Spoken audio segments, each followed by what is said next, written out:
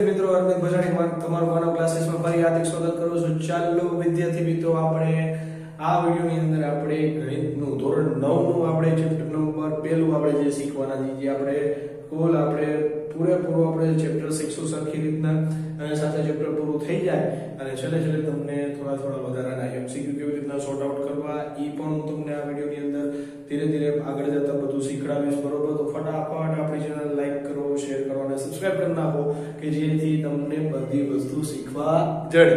તો ચાલો વિદ્યાર્થીઓ, આપણે સંખ્યા પદ્ધતિ આપણે ગયા વિડિયોની અંદર આપણે એનો ઇન્ટ્રોડક્શન સરખી રીતના જોયું કે સમય સંખ્યા કહેવાય કોને, કે જેમાં પ્રાકૃતિક સંખ્યા પણ આવી જાય, પૂર્ણાંક સંખ્યા પણ આવી જાય અને પૂર્ણાંક સંખ્યા પણ આવી જાય। એટલે કે ઇન શોર્ટ તમને શોર્ટ ભાષામાં તમને સમજાવું તો સમય સંખ્યા માઈનસમાં પણ દર્શાવી શકો છો, છેદવાળી પણ દર્શાવી શકો છો અને ઝીરો વાળી પણ તમે દર્શાવી શકો છો।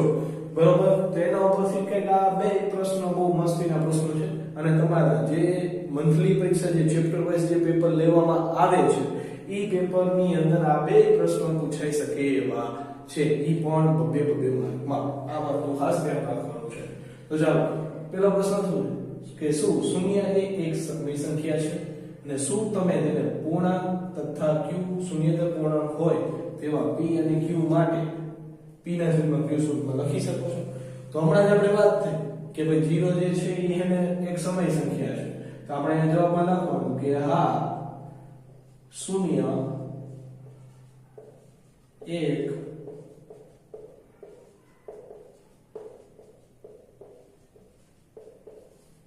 સમય સંખ્યા છે। બરોબર, શૂન્ય એક સમય સંખ્યા છે, લખાઈ ગયો જવાબ। હવે તમારે એને p ના છેદમાં q સ્વરૂપમાં દર્શાવવાની છે, તો એને તમે શૂન્યને અહીંયા લખાય, શૂન્યને p ના છેદના q સ્વરૂપમાં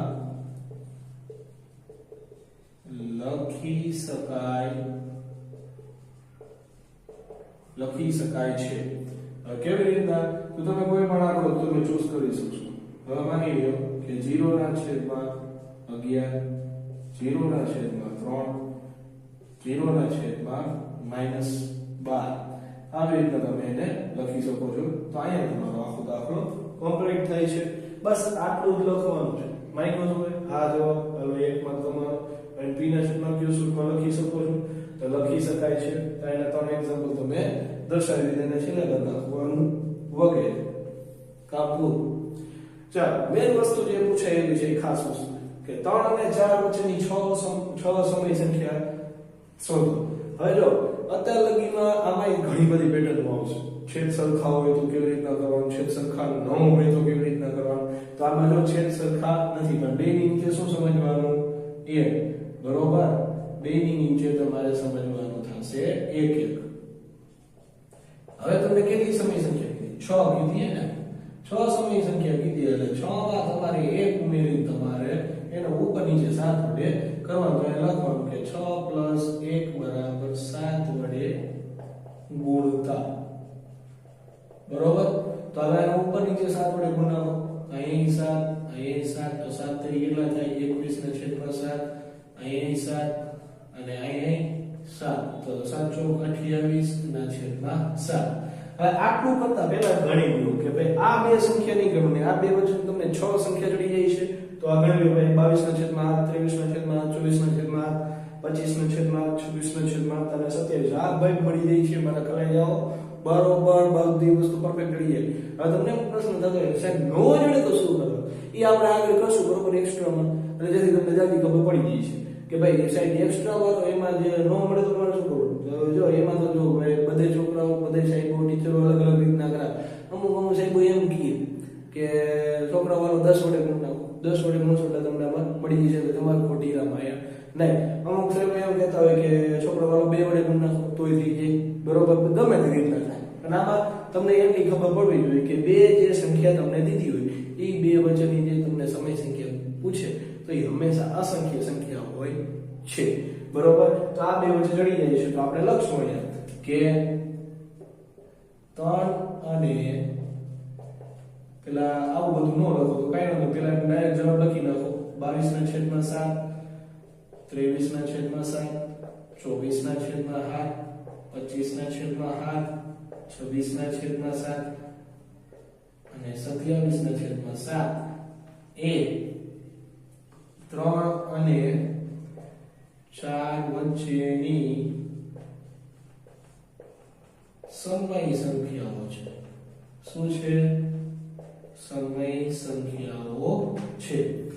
તો ચાલો વિદ્યાર્થીઓ, આઈ હોપ કે તમને જે આ બે માર્કના દાખલા તમને સમજાઈ ગયા છે. તો આપણે નેક્સ્ટ સ્લાઇડની અંદર બાકીના બે પ્રશ્નો લઈએ. ચાલો વિદ્યાર્થીઓ, આ છે આપણા આ સુધીના લાસ્ટ બે દાખલા, બરોબર? હવે જો 3/5 અને 4/5 વચ્ચેની 5 સમય સંખ્યા તમારે શોધવાની. હવે પહેલા એના છેદ જોયું છે, જો બેના સરખા.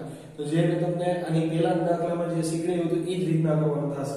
આમાં શું કરવાનું કે ભાઈ 5 સમય સંખ્યા કીધી તો 5 + 1 બરાબર 6 વડે ગુણતા એવું લખી કાઢવાનું, બરોબર?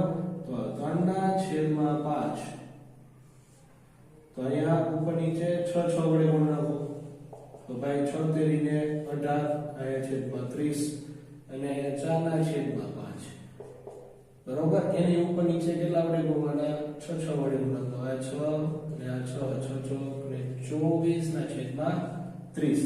ચલો હવે જો 5 સમય સંખ્યા કીધી છે, ગણી લો.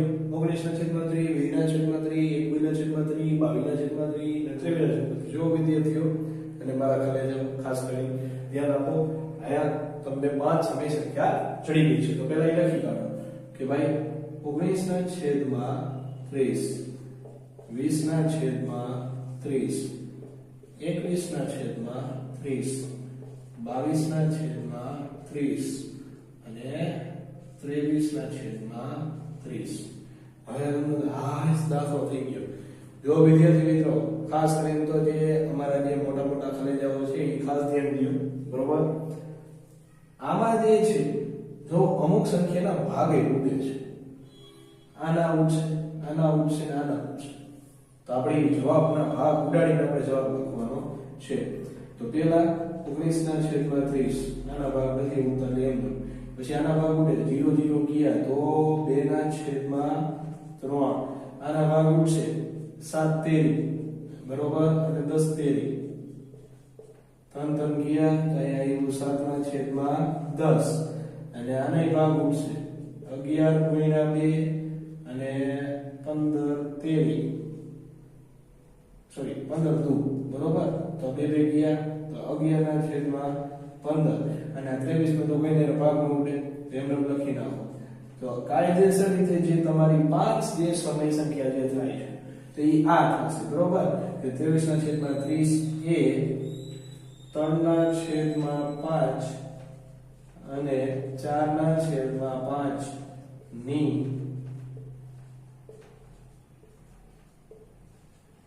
સમય સંખ્યાઓ છે. હવે ઘણા બધા વિદ્યાર્થીઓને એમ થતું છે કે સાહેબ અમને તો આવું કાંઈ કરે નથી, આ જે તમે સમય સંખ્યા લખી છે એટલામાંથી તમને કરાવી દીધું. તો એ પણ ચાલે, બરોબર? એ જેમ તમારા ટ્યુશન વાળા સાહેબ અથવા તો જે નિશાળ વાળા સાહેબ જે હોય એ તમને ગમે તે રીતના કરાવે તો એ તમને જે રીતના કરાવે આ બે માંથી એક રીત કરાવશે, બરોબર? તો એ તમને આવડે. ચલો હવે છેલ્લો પ્રશ્ન આપણા સૌથી, બરોબર? ખરા ખોટા છે. ખાસ મોસ્ટ ઓફલી આપણા પેપરની અંદર જે છે, બરોબર, જે 15 માર્કનો જે પેલો જે સેક્શન આવશે તમારી 6 માસિકની અંદર એમાં ખરા ખોટા આવશે. કેટલા માર્કના પૂછાય એ કોઈ ટીચર તમને જવાબ નહીં આપે. ટીચર એમ કહે છે મેં 6 માર્કના પૂછ્યો તો 6 માર્કની પૂછી પડે. એ તમે એના પ્રશ્ન કરી શકશો નહીં. હવે જો ધ્યાન દો કે નીચેના વિધાનો સત્ય છે કે અસત્ય, કારણ સહિત જવાબ આપો, બરોબર? તો હવે જો ખાસ ધ્યાન દેજો કે દરેક પ્રાકૃતિક સંખ્યા એ પૂર્ણ સંખ્યા છે. તો પહેલી વાત તો એ કે તમને ઈ ખબર હોય પ્રાકૃતિક સંખ્યા ક્યાંથી સ્ટાર્ટ થાય? 1 2 3 અનંત લગી. અને પૂર્ણ સંખ્યા ક્યાંથી ચાલુ થાય? 0 1 2 અને 3 અનંત લગી.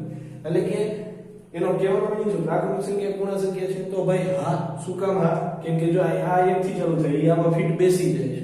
તો આ વિધાન તમારું શું થયું? સત્ય થયું, એટલે કે સાચું થયું, બરોબર? તો આવી રીતના તમને બીજો કોઈ પણ વિકલ્પ પૂછી શકે તો આવડવું જોઈએ. અથવા તમને થોડુંક એક ટ્વિસ્ટ કરી નાખે, કાંઈ ન મળે. જો દરેક પૂર્ણ સંખ્યા એ પ્રાકૃતિક સંખ્યા છે. તો પ્રાકૃતિક સંખ્યા નો થાય ને દરેક પૂર્ણ સંખ્યા. શું કામ? કેમ કે દરેક પૂર્ણ સંખ્યા આગળ જે પ્રાકૃતિક પાછળ આવે તો એ વિધાન તો પેલી વાત ખોટું થાય. શું છે? એના કારણે આ 0 ના તમને એમ થતું છે જો આ 0 ના કારણે આખો જવાબ બદલી ગયો. તો હા મારા ખાલી જાઓ હરખી રીતનું ધ્યાન દેજો. 0 ના કારણે આખો જવાબ બદલી જશે. હવે દરેક પૂર્ણાંક સંખ્યા એ પૂર્ણ સંખ્યા છે. તો પહેલી વાત પૂર્ણાંક સંખ્યા સ્ટાર્ટ ક્યાંથી થાય? વચ્ચે 0, ડાબી બાજુ -1 થી અનંત લગી અને જમણી બાજુ +1 થી અનંત લગી. તો આમાં માઈનસ આવે તો પણ પૂર્ણ સંખ્યામાં તો માઈનસ આવતી નથી. સમજાવો?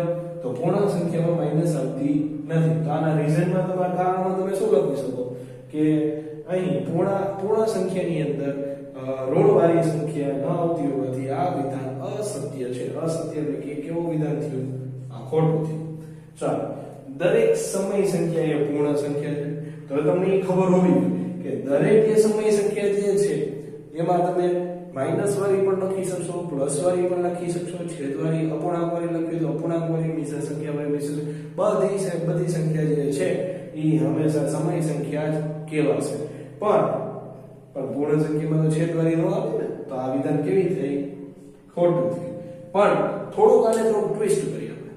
પૂર્ણ સંખ્યા આવેલી સમય સંખ્યા પાછળ કે દરેક પૂર્ણ સંખ્યા એ સમય સંખ્યા છે. દરેક પૂર્ણ સંખ્યા એ સમય સંખ્યા. તો વિધાન શું થશે? તો સાચું થશે. આ વાતનું ખાસ ધ્યાન તમારે લોકો રાખો. ચાલો વિદ્યાર્થીઓ, આઈ હોપ કે તમને આ બે દાખલા સમજાઈ ગયા છે.